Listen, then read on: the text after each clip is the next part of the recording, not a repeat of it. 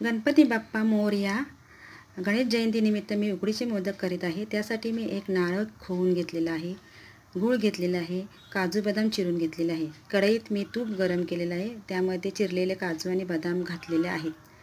त्यामध्ये मी खोवलेला नारळाचा कीस घातलेला आहे. त्याच बरोबर त्यामध्ये मी गूळ घातलेला आहे आणि हे मिश्रण मी एकजीव करून शिजवत ठेवलेलं आहे. आणि एकजीव केल्यानंतर त्यामध्ये मी थोडे तीळ घातलेले आहेत आणि तीळ हे मी त्यामध्ये शिजवून घेतलेलं आहे. आणि हे मिश्रण एकजीव झाल्यानंतर थोड्या वेळाने मी त्यामध्ये चिरलेले काजू आणि बदाम घातलेले आहेत आणि पुन्हा एकदा हे मिश्रण एकत्र केलेलं आहे.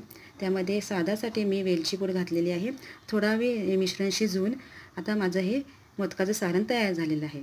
आता मी गॅसवर एक वाटी गरम पाणी करत ठेवलेलं आहे. त्यामध्ये 1 चमचा तूप, 1 चमचा साखर घातलेली आहे आणि आता पाण्याला उकळी आल्यानंतर मी त्यामध्ये रवा घातलेला आहे. कारण मी हे रव्याचे उकडीचे मोदक करत आहे, त्यामुळे मी रवा घेतलेला आहे. आणि ताट झाकण ठेवून एक वाफ काढलेली आहे. वाफ काढल्यानंतर ही उकड माझी आता तयार झालेली आहे. आता एका ताटात मी ही उकड काढून घेतलेली आहे आणि गरम गरम असतानाच मी ही उकड मळून घेतलेली आहे.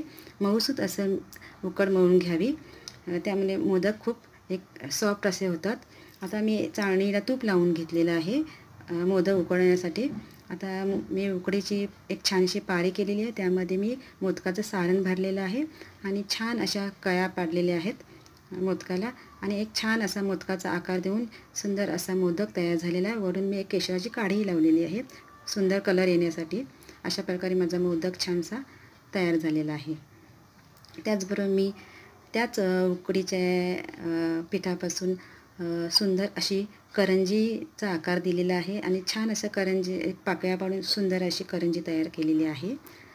आणि त्याचबरोबर मी एक मला आवडते म्हणून मी एक असाच गोलाकार आकार देऊन छान पाकळ्या काढून सुंदर असं गोलाकार करंजी केलेली आहे.